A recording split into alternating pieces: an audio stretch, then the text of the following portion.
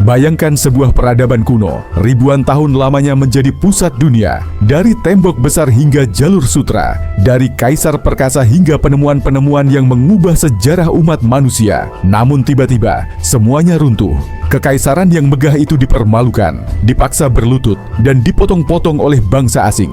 Abad-abad kebanggaan berubah menjadi abad penghinaan. Inilah kisah tentang luka yang tak pernah hilang. Luka yang kelak melahirkan ambisi besar, membangkitkan kembali naga yang tertidur, dan kebangkitan itu akan mengubah dunia selamanya.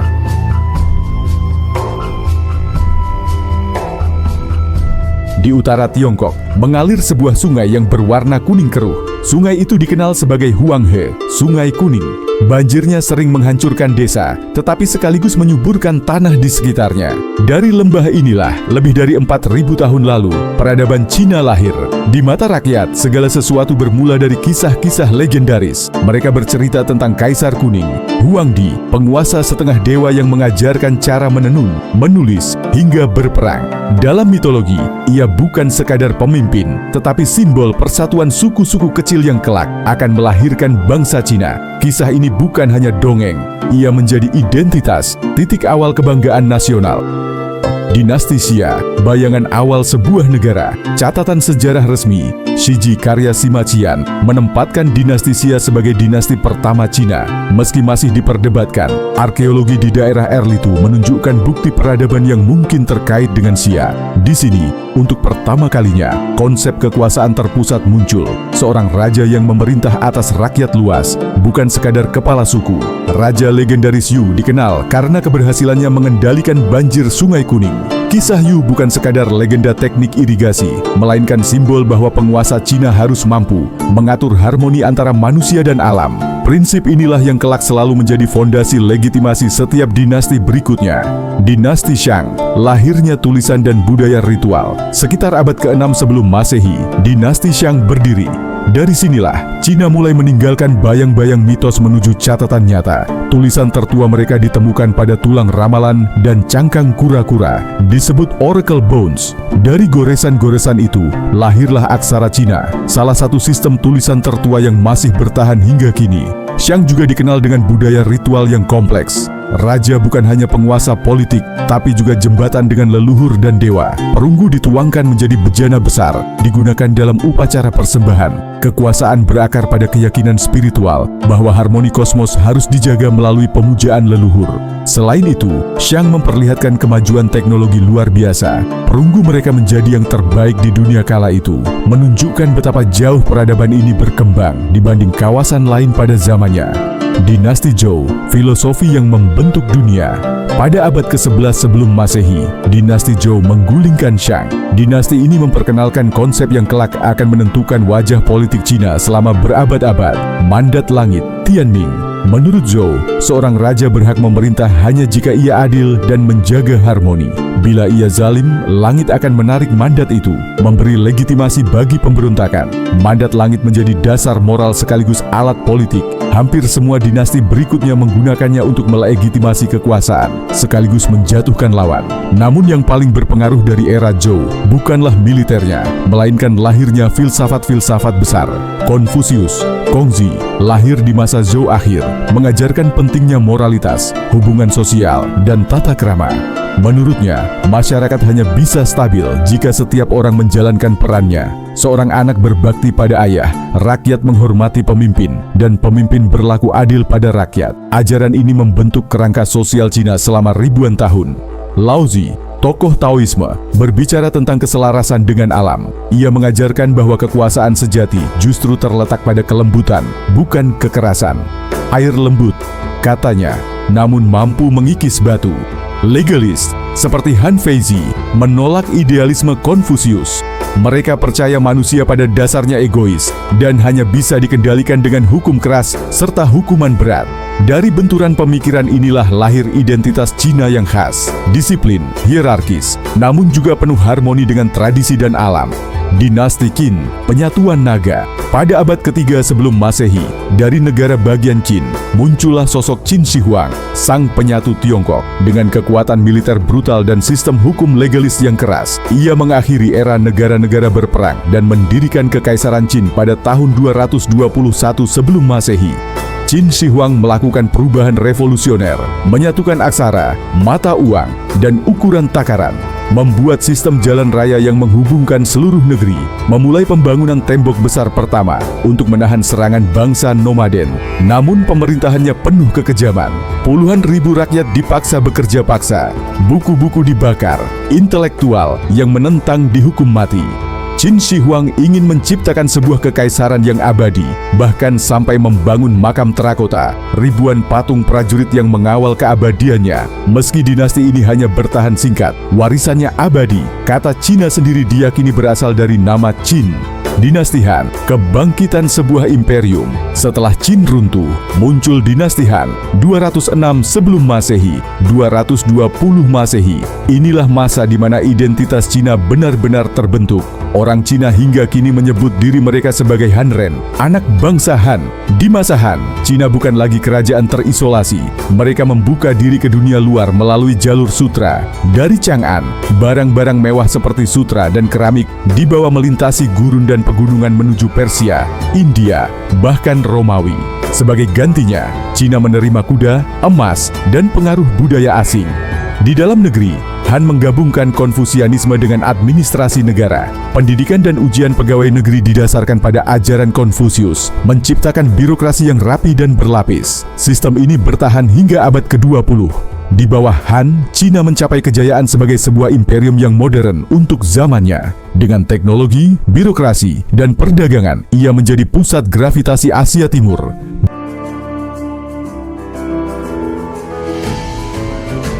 Zaman emas dinasti Tang.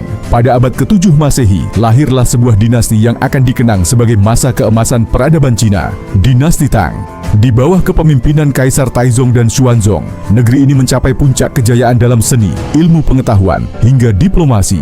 Ibu kota Tang, Chang'an, menjelma menjadi salah satu kota terbesar dan paling kosmopolitan di dunia. Jalanan dipenuhi pedagang dari Asia Tengah, India, Persia, hingga Arab. Bahasa asing terdengar di pasar, musik dari negeri jauh dimainkan di istana, dan agama-agama besar, Buddhisme, Zoroastrianisme, hingga Islam, berdampingan dalam kehidupan sehari-hari. Pada masa inilah puisi mencapai puncaknya. Penyair legendaris seperti Li Bai dan Du Fu menuliskan bait-bait yang indah, mencerminkan kemegahan sekaligus kesedihan hidup. Bagi rakyat Tang, puisi bukan sekadar karya seni, melainkan jiwa bangsa. Bahkan seorang pejabat tinggi pun dinilai dari kemampuannya menulis sajak. Perdagangan juga berkembang pesat. Sutra, porselen, dan teh menjadi komoditas yang diperebutkan bangsa-bangsa asing. Jalur sutra tak hanya mengalirkan barang, tetapi juga ilmu pengetahuan, astronomi dari India, matematika dari Arab, dan pengaruh seni dari Persia. Dunia menyaksikan, Cina bukan hanya kerajaan, tapi pusat peradaban global. Inovasi dinasti Song, revolusi pengetahuan. Setelah Tang runtuh, muncullah dinasti Song pada abad ke-10. Meski lemah dalam militer, Song unggul dalam ilmu pengetahuan dan teknologi. Inovasi dari masa ini begitu luar biasa hingga memengaruhi dunia berabad-abad kemudian. Kertas dan percetakan. Cina menciptakan sistem cetak kayu, lalu cetak huruf lepas. Pengetahuan bisa diperbanyak dengan cepat, membuka jalan bagi revolusi intelektual.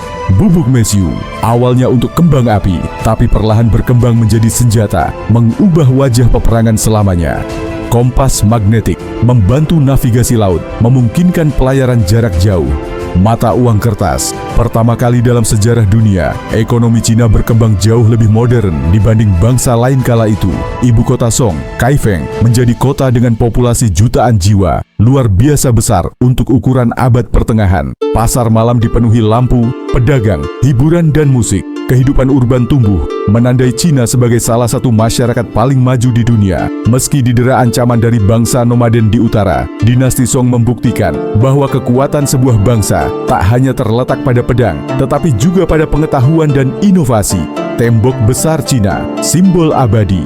Namun, sepanjang sejarahnya, Cina selalu hidup berdampingan dengan ancaman dari utara. Bangsa-bangsa nomaden seperti Xiongnu, Mongol, dan Manchu. Untuk melindungi tanahnya, kaisar-kaisar membangun sebuah struktur raksasa, tembok besar Cina, bukan satu tembok tunggal, melainkan jaringan dinding, menara dan benteng yang membentang ribuan kilometer. Dibangun selama berabad-abad, terutama di masa dinasti Ming. Proyek ini menelan keringat, darah, bahkan nyawa jutaan pekerja paksa. Bagi rakyat, tembok ini bukan hanya penghalang fisik, tapi juga simbol tekad bangsa. Ia menunjukkan bahwa Cina sanggup bertahan dari serangan luar, meski harus membayar harga yang mahal. Hingga kini, tembok besar tetap menjadi ikon kebanggaan nasional, lambang kekuatan, keabadian dan penderitaan yang ditanggung demi kelangsungan peradaban. Samudra dan Armada Cheng Ho. Pada abad ke-15, dinasti Ming menghadirkan babak lain dalam sejarah kejayaan Cina. Seorang laksamana muslim bernama Zheng He atau Cheng Ho memimpin ekspedisi maritim terbesar dunia kala itu. Armada Cheng Ho terdiri dari ratusan kapal. Beberapa di antaranya jauh lebih besar daripada kapal-kapal Eropa pada zamannya. Mereka berlayar ke Asia Tenggara, India, Timur Tengah, hingga Afrika Timur. Di setiap pelabuhan, Cheng Ho membawa hadiah, berdagang, sekaligus menunjukkan kemegahan kekaisaran Ming. Ekspedisi ini bukanlah penaklukan, melainkan diplomasi megah. Kaisar Ming ingin dunia tahu bahwa Cina adalah pusat peradaban, naga yang bersemayam di timur. Kapal-kapal Cheng Ho meninggalkan jejak kebudayaan, sekaligus mempererat hubungan dengan banyak bangsa, termasuk Nusantara. Namun setelah beberapa dekade, ekspedisi itu dihentikan. Cina memilih menutup diri, fokus ke dalam negeri. Sebuah keputusan yang kelak berakibat besar, karena ketika bangsa Eropa bangkit dengan semangat eksplorasi, Cina justru berhenti mengarungi samudra. Sejarah Tiongkok adalah seperti aliran sungai kuning yang tak pernah berhenti. Ada saatnya ia tenang, ada saatnya ia meluap, bahkan menghancurkan segalanya. Begitu pula dengan perjalanan negeri ini, dari kejayaan dinasti-dinasti besar hingga keterpurukan di tangan asing. Keemasan dinasti Han. Setelah Qin yang berhasil menyatukan wilayah, lahirlah dinasti Han. Han bukan sekadar dinasti, ia adalah fondasi identitas bangsa Tiongkok. Hingga kini, etnis mayoritas di negeri itu masih menyebut diri mereka Han. Sebuah bukti betapa dalam pengaruhnya. Di bawah Han, peradaban Tiongkok mencapai kejayaan. Jalur sutra terbentang, menghubungkan timur dengan barat. Dari Chang'an hingga Roma, sutra, kertas, dan bubuk mesiu berpindah tangan. Tetapi lebih dari sekadar barang dagangan, jalur sutra membawa gagasan, teknologi, dan pengaruh budaya. Dunia mulai mengenal Tiongkok bukan sekadar negeri yang besar, melainkan negeri yang menentukan arah dunia. Zaman keemasan Tang dan Song. Setelah Han, muncullah dinasti Tang. Inilah masa ketika Tiongkok menjadi pusat kebudayaan dunia. Ibu kota Chang'an menjadi kota kosmopolitan terbesar di dunia, menampung pedagang, cendekiawan dan seniman dari Arab hingga Persia. Lalu hadir dinasti Song yang mengukir prestasi luar biasa dalam sains dan teknologi. Di masa inilah lahir inovasi percetakan, uang kertas, hingga navigasi kompas, penemuan yang kelak akan mengubah wajah peradaban global. Tiongkok tampak tak tergoyahkan, seakan ditakdirkan untuk selamanya menjadi pusat dunia. Ketika dinasti Ming naik, kejayaan itu mencapai puncaknya. Kaisar mengirim Laksamana Zheng He, seorang muslim dari Yunan, memimpin armada terbesar yang pernah ada pada zamannya. Kapalnya jauh lebih besar dari kapal Columbus yang kelak menemukan benua Amerika. Ekspedisi Zheng He menjelajahi Asia Tenggara, India, hingga pantai Afrika Timur. Dimanapun ia berlabuh, nama Tiongkok disegani. Dunia tahu, inilah kekuatan laut terbesar saat itu. Namun kemudian, pintu Tiongkok ditutup. Armada dihentikan. Negeri ini menarik diri ke dalam, seolah puas dengan kejayaan yang sudah dicapai. Keputusan yang kelak membuat Tiongkok tertinggal ketika bangsa Barat mulai berlayar mencari dunia baru. Dinasti Qing dan awal kehancuran. Dinasti Qing yang berasal dari bangsa Manchu di utara, berkuasa hingga berabad-abad. Di awal mereka makmur dan kuat. Namun seiring waktu, Qing menjadi dinasti yang kaku, lamban beradaptasi dengan dunia modern. Disinilah tragedi dimulai. Bangsa Barat datang, bukan sebagai tamu, melainkan sebagai penjajah. Perang opium pecah ketika Inggris memaksa Tiongkok membuka pasar bagi perdagangan narkotika. Kekalahan demi kekalahan membuat Qing harus menandatangani perjanjian yang mereka sebut perjanjian tidak adil. Hong Kong jatuh ke tangan Inggris, pelabuhan-pelabuhan strategis dikuasai asing, lalu Jepang, negeri kecil di timur yang dulu belajar dari Tiongkok, tiba-tiba bangkit lebih cepat. Kekalahan Tiongkok dari Jepang dalam perang 1894 sampai 1895 menjadi pukulan telak. Dunia tercengang. Bagaimana mungkin raksasa Asia kalah dari negeri kecil di seberang laut? Abad penghinaan. Maka dimulailah apa yang kelak dikenal sebagai abad penghinaan. Selama lebih dari 100 tahun, Tiongkok dijadikan objek perebutan kekuatan asing. Wilayahnya terpecah, rakyatnya menderita, bangsanya terhina. Inilah titik nadir peradaban Tiongkok. Negeri yang pernah memimpin dunia dalam ilmu pengetahuan, seni dan perdagangan, kini terjajah, terbelah, dan dipermalukan. Tetapi justru dari titik inilah lahir sebuah tekad yang membara. Tekad bahwa suatu hari Tiongkok akan bangkit. Bahwa luka ini tidak akan sia-sia, melainkan menjadi bara api yang menggerakkan masa depan. Sejarah Tiongkok adalah kisah tentang kejayaan yang gemilang dan kehinaan yang begitu dalam. Dari dinasti Han yang membuka jalur perdagangan dunia, Tang yang menjadi pusat peradaban, Song dengan teknologi canggihnya, hingga Ming yang berlayar menaklukkan samudra. Semua kejayaan itu hancur ketika Tiongkok dipaksa bertekuk lutut, memasuki abad penghinaan. Rakyatnya terpecah, kaisarnya tak berdaya, dan bangsa yang dulu menyebut dirinya sebagai pusat dunia, kini hanya menjadi papan catur bagi kekuatan asing. Tapi, dalam kegelapan itu, api kecil menyala, api yang menolak tunduk, api yang suatu hari akan membakar kembali dunia. Api itu berubah menjadi gelombang revolusi. Dari pemberontakan rakyat, perang saudara, hingga munculnya para pemimpin yang berjanji membawa Tiongkok bangkit kembali. Dan dari reruntuhan kekaisaran tua, lahirlah sebuah republik baru, sebuah negeri dengan ambisi besar, dengan satu tekad, membalikan abad penghinaan menjadi abad Tiongkok. Namun, bagaimana tepatnya bangsa ini bangkit dari keterpurukan? Siapa sosok-sosok yang mengubah arah sejarah? Dan bagaimana sebuah bangsa yang terhina bisa menjelma menjadi kekuatan yang kini menantang dunia? Itulah kisah yang akan kita ungkap di season 2. Kini, ketika kita melihat Tiongkok membangun gedung-gedung pencakar langit, meluncurkan roket ke luar angkasa, dan menantang hegemoni Amerika, seolah sejarah berputar. Naga yang dulu tertidur kini bangkit. Seolah-olah dinasti-dinasti besar itu tidak pernah benar-benar mati, hanya menunggu waktu untuk kembali. Dan mungkin, abad ke-21 ini bukan lagi milik Barat. Ia bisa saja menjadi abad Tiongkok.